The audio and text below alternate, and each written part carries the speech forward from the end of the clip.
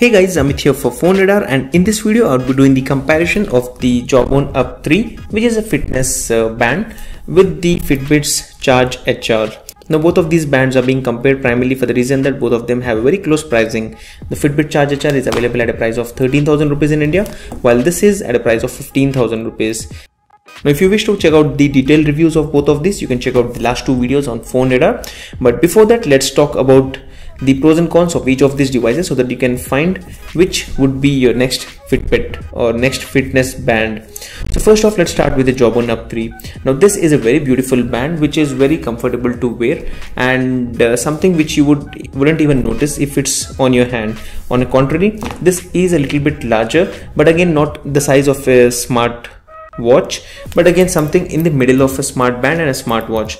The advantage of this is that it does have a display, and that is something very important. Now talking about the display, the Fitbit Charge HR comes with some very important functions shown on the display itself, like you get to see the time, the heart rate, the distance traveled, the calories burnt, the floors walked, and the steps walked in for the day, while the Jawbone UP3 comes with no display, which means that you have no idea what you have actually walked. Again, it does come with three simple icons here if you held the band in the right way or not. I mean, there's a very big issue with the bands without these displays. Like you have this Xiaomi's Mi band, which also has got a rumor that the next version would be having a display, but that said, as of now, that doesn't also have a display. Again, this is priced at around 700 rupees or 1000 rupees, and this is 15 times higher priced. It does lack a display. Now let's talk about the application. Both of these devices come with some very interesting applications, but when you talk about the main functions, the Jawbone UP3 shows you with the primarily focus being on the resting heart rate, which it continuously keeps showing you, and also it shows you two important factors, that's the sleep count and your steps count. Now that is something which you get, and apart from that, you have the option to add your friends onto this application, while there are very less people who actually use a Jawbone when compared with the Fitbit. Again, that could be personal thing, because I have many friends who use a Fitbit when compared with the Jawbone. So as you can see, this is my long list of friends who are currently actively using Fitbit, while I do have many other people who are inactive, I mean who have had used Fitbit in the previous time. Now talking about the Fitbit's application, I'm not trying to be biased here, but the best feature is having more friends, which is a part of the community, and wherein you can have community challenges. Now the advantage of this is that you would be challenging each others, and you could be trying to compete with them to get the #1 award, and that indirectly helps you in gaining more steps, which helps you in getting fitter. Now that's one of the ways of looking into this, because these bands don't really come with an actual coach, and that's where these motivations help you. And again, these are the friends who are connected with you through Facebook or your social media, or in actually are there for your friends, and that helps you in motivating you.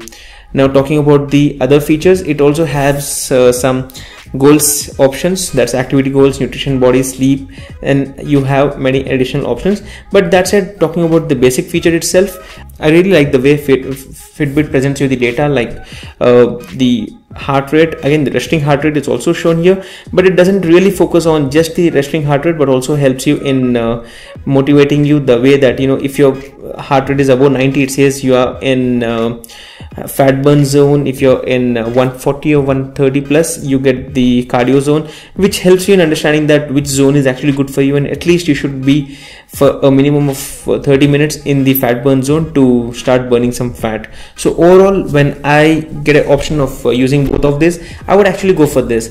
Now let's talk about the final issue which I had with the Fitbit. It's not really comfortable to use when you wear it this way and sleep, because now if you say that why do you sleep with that, it's actually to track the sleep time and to know if I was in deep sleep or not.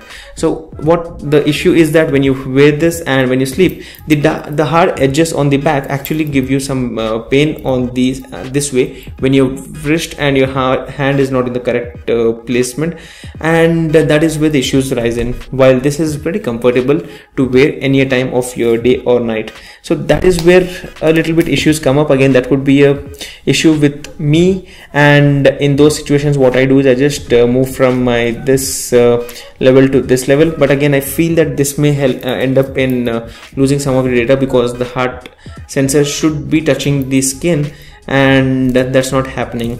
But that said, both of these devices again spill proof, and even if you are exercising a lot and if you are sweaty on your hand, then you won't have to worry. You can just wash them up for a moment and start using it. So that way both of these are pretty rugged and pretty good to use, except the fact that again, in terms of battery, the Jawbone is actually better by around 2 days when compared to Fitbit. But again, that's because obviously this comes with a display, so you lose the battery, and this comes with the option of alerting you for the phone calls which you get on your phone. So if you get a phone call, it either shows you the contact name if you have it in your directory, or it shows you the number, which is very convenient, because if you're using a device like an Apple iPhone, then you always have to keep charging your phone, and you need something to get a note of or to know if there's a call waiting for you.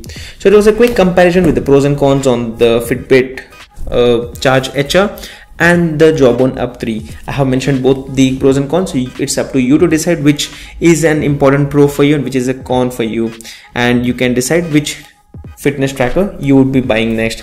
In my personal opinion, I would be continuing with the Fitbit Charge HR, and I wouldn't be continuing with the Jawbone UP3.